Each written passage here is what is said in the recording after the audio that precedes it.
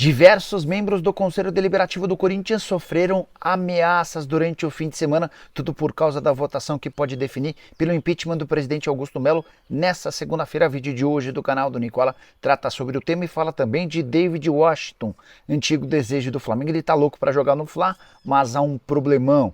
Falo também sobre o São Paulo, com oferta que pode chegar nos próximos dias por um atacante que ainda não renovou seu contrato. Para completar, novidade não muito boa para o Palmeiras, as últimas do mercado, o Vasco precisando pagar uma indenização importante ao Benfica. Te falo também sobre o Cruzeiro, a briga por vaga em Libertadores e muito mais.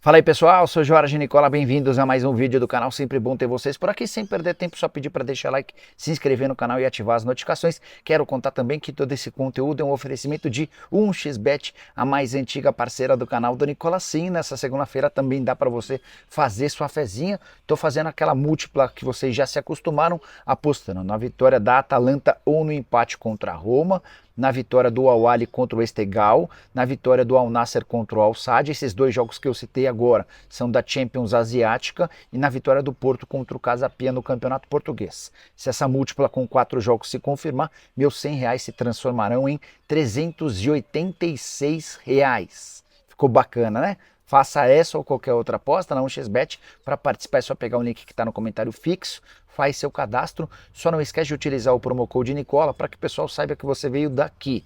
Para completar, e tão importante quanto é lembrar que você precisa ter pelo menos 18 anos de idade e jogar sempre com responsabilidade, combinado? Bora começar o vídeo com aquele tradicional giro de notícias, contando uma curiosidade. 5 dos últimos 12 campeões de Libertadores nunca haviam vencido o torneio. Essa série começa com o Corinthians em 2012, segue com o Atlético Mineiro em 2013, com o São Lourenço em 2014, Fluminense em 2023 e Botafogo em 2024. Quero falar agora sobre o Palmeiras, que terá de volta para a próxima temporada Atuesta. Meio-campista colombiano, 27 anos de idade, completamente fora dos planos do Verdão. Palmeiras já começou a busca por interessados no jogador, que é mais um dos vários erros de contratações na era Abel Ferreira. Não dá para colocar só na conta do Abel, mas vários desses reforços que eu vou citar aqui tiveram a aprovação do treinador português. Dá uma olhada nessa lista e veja se o Palmeiras não está errando demais na hora de contratar. Kusevich, Alain Pereur, Danilo Barbosa, Matheus Fernandes, lateral esquerdo Jorge, Atuesta, Rafael Navarro, Jailson, volante, tá? Merentiel, Bruno Tabata, Bruno Rodrigues, Caio Paulista, Lázaro e Rômulo. Esses são os principais jogadores contratados e que não deram certo na era Abel Ferreira. O caso do Atuesta é um dos mais graves. Ele custou 3 milhões e 700 mil dólares, que na época, em dezembro de 2021, equivaliam a quase 21 milhões de reais, aquisição por 70% dos direitos econômicos. Fez uma primeira temporada só razoável, 52 jogos, 1 gol e 2 assistências em 2022. Acabou que na temporada de 2023 foi pior ainda, só 8 jogos e 1 gol. Em 2024 foi emprestado para o Los Angeles FC. Até foi titular no time americano, mas o clube americano decidiu não continuar com ele. O jogador foi devolvido e agora o Verdão vai precisar encontrar interessados. Preciso falar agora sobre o São Paulo. O tricolor terá nos próximos dias uma oferta oficial do Shakhtar Donetsk por Henrique Carmo, atleta de só 18 anos de idade, tratado como uma das principais promessas da base do clube. A informação do interesse do Shakhtar foi divulgada pelo Gabriel Sá e a oferta giraria na casa dos 7 milhões de euros ou 45 milhões de reais. E aí tem um ponto importante, ou melhor, 2 pontos. O primeiro deles, São Paulo ainda não conseguiu renovar o contrato com o Henrique. O vínculo dele se encerra em dezembro de 25. Se essa renovação não for feita nesse ano, nesses últimos dias do ano de 2024, São Paulo vai correr um enorme risco de ver o Henrique do Carmo assinando um pré-contrato com o Shakhtar na metade do ano que vem, com o Shakhtar ou qualquer outro clube, e saindo do São Paulo de graça. Então talvez esses 45 milhões sejam super importantes. Outro ponto decisivo, São Paulo vive enorme crise financeira. Cheguei a contar para vocês com exclusividade que nos 9 primeiros meses do ano, São Paulo fechou com um prejuízo de 191 milhões de reais. Não sei se haverá outras propostas tão boas quanto essa para que o São Paulo possa fazer negócio. Só para arrematar em relação ao tricolor, com os resultados da rodada do final de semana, o São Paulo assegurou a classificação direta na fase de grupos da Libertadores do ano que vem. O resultado que garantiu essa classificação foi o título da Libertadores do Botafogo. Até por isso o São Paulo cogita usar as 2 rodadas finais do Brasileirão como um experimento, utilizando atletas da base que não jogaram com tanta frequência. O São Paulo enfrenta o Juventude em casa na quarta-feira e o Botafogo fora no domingo. Por falar em Botafogo, deixa eu te atualizar sobre a festa botafoguense pelo título da Libertadores, a maior conquista da história do clube. Título vencido no último sábado, vitória por 3-1 contra o Atlético Mineiro. O desembarque da equipe do Botafogo no Rio de Janeiro aconteceu pouco depois das 4 da tarde desse domingo e entre os elétricos, os jogadores e membros da comissão técnica foram até a praia de Botafogo, também no Rio de Janeiro, e foram recebidos por milhares de torcedores, enorme festa, muito barulho e uma comemoração absolutamente merecida de um time que não vencia um título de expressão desde 1995 naquela conquista do Campeonato Brasileiro. E aí uma cena foi repetida. Na oportunidade, o Túlio aparece na cabine do avião segurando uma bandeira do Botafogo. Agora foi o Textor quem pousou no Rio de Janeiro com essa bandeira do Botafogo. Só para completar uma curiosidade, o Arthur Jorge, o técnico do Botafogo, decidiu acabar com a festa por volta das 8 horas da noite, depois de 2 horas de trio elétrico. Ele lembrou que é uma partida super importante na próxima quarta-feira contra o Internacional fora de casa. O Botafogo ainda sonha com o título do Campeonato Brasileiro, é líder da competição. Já o Textor resolveu falar, abre aspas, nunca vivi nada parecido com isso. E eu não sabia o que esperar, é a dor de muitos anos se transformando em alegria, ele citando o sentimento do torcedor. Já jogadores do Galo e o próprio Textor fizeram referências e brincadeiras com outros clubes. Sobrou para o Galo, os jogadores no trio elétrico gritaram no Monumental, estádio do River, onde foi o jogo afinal, o Galo virou galinha. O Atlético e o Botafogo protagonizaram muita provocação antes da partida. Textor resolveu agradecer o Flamengo pela vitória contra o Internacional, que tirou o Inter da briga pelo título. O próximo jogo do Botafogo é justamente contra o Inter. Textor afirmou, abre aspas, eu adoro o Flamengo. Quero agradecer ao presidente Rodolfo Landim, ao Gabigol, ao Wesley e a todos os meus jogadores favoritos do Flamengo. Ótimo trabalho, fecha aspas. Bora de informação exclusiva, quero contar para vocês que David Washington, atacante de 19 anos de idade, que pertence ao Chelsea e é alvo do Flamengo desde a metade da temporada de 2024, adoraria aceitar a proposta rubro-negra. Se dependesse apenas do David Washington, ele seria jogador do Flamengo para 2025. O Fla insiste na contratação desse atleta junto ao Chelsea. E a justificativa do David Washington para voltar ao Brasil é de que lá no Chelsea ele só consegue jogar no Sub-21. Esteve na temporada passada em 3 partidas no time de cima, mas por poucos minutos. No Flamengo ele teria a promessa de titularidade durante a maior parte do primeiro semestre e até que o Pedro se recuperasse, e ainda com a chance de jogar o Super Mundial de Clubes.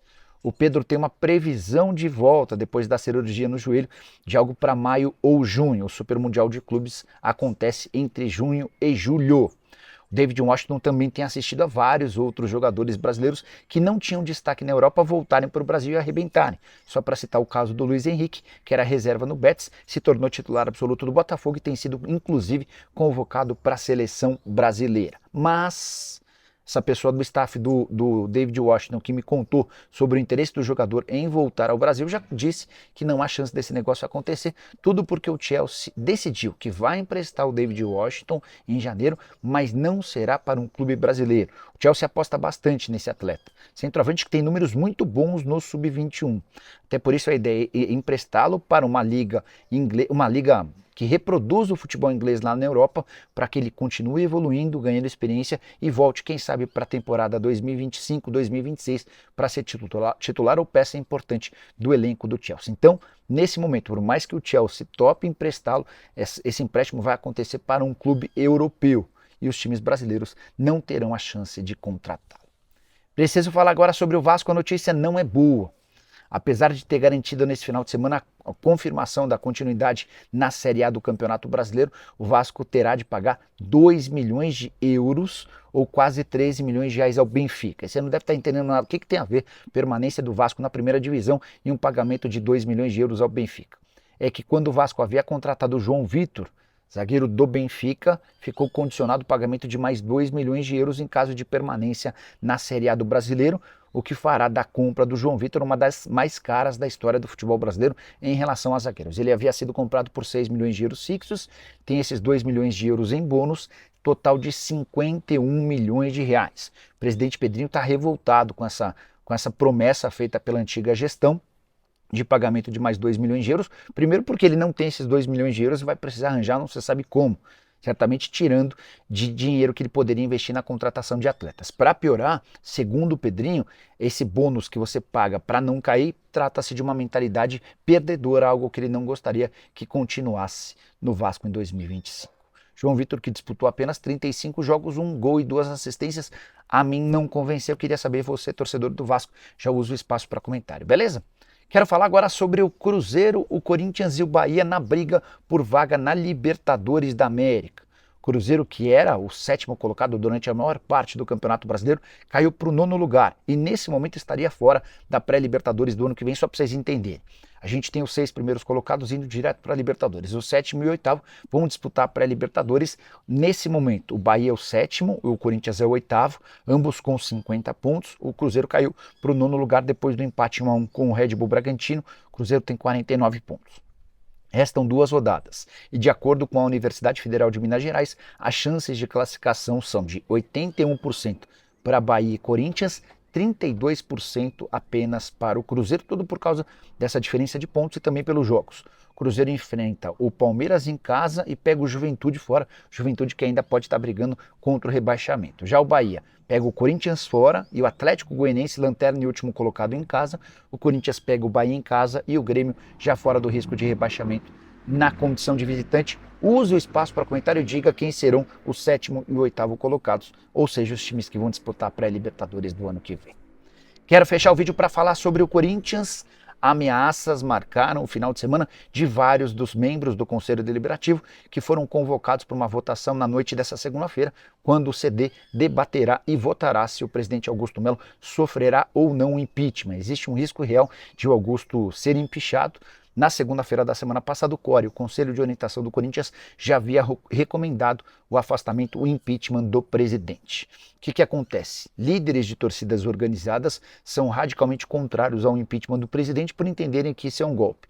Embora esses líderes não tenham a mínima ideia de quais as denúncias contra as quais o Augusto responde dentro do CORE e agora no Conselho Deliberativo. Eu recebi a informação de 3 conselheiros diferentes de que esses 3 e outros conselheiros foram ameaçados via redes sociais e mensagens de telefone, afirmando que se eles votassem a favor do impeachment, eles teriam represálias importantes. Até por conta disso, os líderes da oposição e pessoas que querem o impeachment do Augusto temem por uma ausência grande de membros do Conselho Deliberativo na reunião marcada para essa noite no Parque São Jorge. Existe um risco real de, por conta do medo, o impeachment do Augusto ser engavetado. Só para completar em relação ao Timão, muito perto da classificação para a pré-Libertadores do ano que vem, o que seria uma vitória depois de um time que correu um enorme risco de rebaixamento na maior parte do Campeonato Brasileiro, contar que a dívida alvinegra não para de crescer.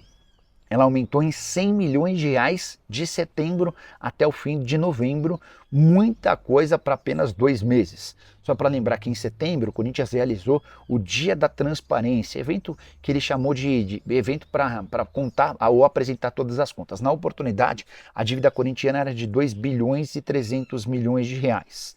Hoje a dívida do Timão gira na casa dos 2 bilhões e 400 milhões de reais, sendo pouco mais de 700 milhões de reais do financiamento do estádio. Você sabe, existe aquela vaquinha virtual criada por torcedores do Corinthians com a expectativa de quitação total dessa dívida.